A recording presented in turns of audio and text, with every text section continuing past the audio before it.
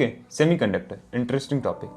Semiconductors are the brain of modern tech, which activates the advanced technology in communication, transportation, healthcare, security, and also technology of future like artificial intelligence, virtual reality, machine learning, automated device, robotics, quantum computing, spaceship, and data center.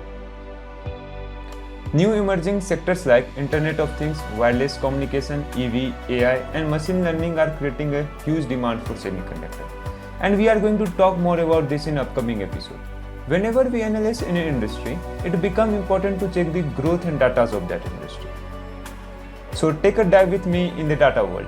Currently, the market size of semiconductor is $452.5 billion, and it is expected to grow with a CAGR of 8.6% in forecast period 2021 to 2028, and expected to become $803 billion in 2028.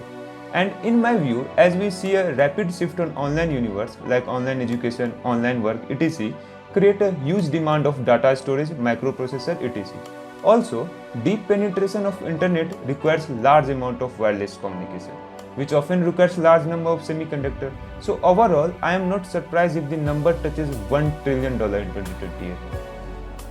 But we can only touch humongous number when the overall semiconductor workflow works properly. Before moving, if you like and subscribe, that is great for our workflow. Yeah, here is the workflow of semiconductor industry. It all starts with the architect of a chip. Then the chip is designed on that architect and the bulk order is given to the manufacturing companies. Yeah, here is one catch. There are specific companies like ASML and Applied Materials who made equipments used in manufacturing. Don't talk about the cost of the equipment. It costs in hundreds of millions of dollars and take years to make. Remember this point, we will discuss briefly about this in next episode.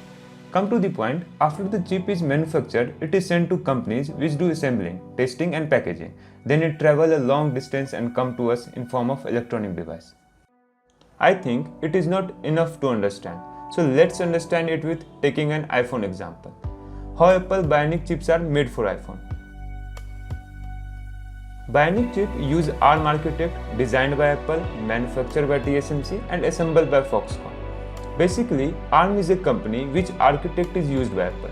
Then Apple do customization and designing of the chip with their own technology and send the design to TSMC, which manufacture Bionic chip, and then Foxconn do assembling and testing of the Bionic chip. That's all.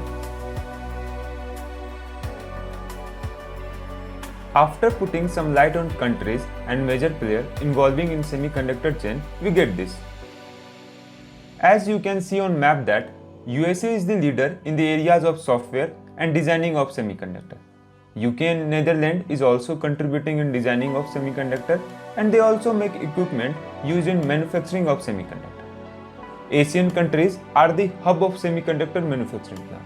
Taiwan, South Korea and China itself manufacture more than half of the semiconductor manufactured each year in the world.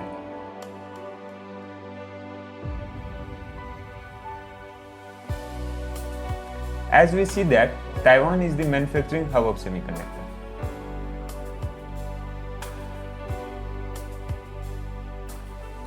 Here is the biggest company by revenue.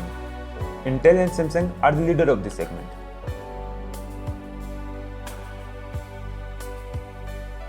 Now come to the biggest equipment makers. In this segment, Applied Material and ASML are giving neck-to-neck competition to each other.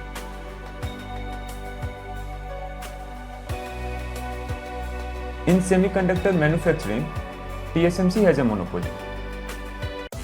I think till now you can understand the complexity of semiconductor workflow, and all this leads us to move to the next topic, shortage problem, which we are going to discuss in the next episode. Till then, please like and subscribe to support us. Meet you in next episode on 16th January.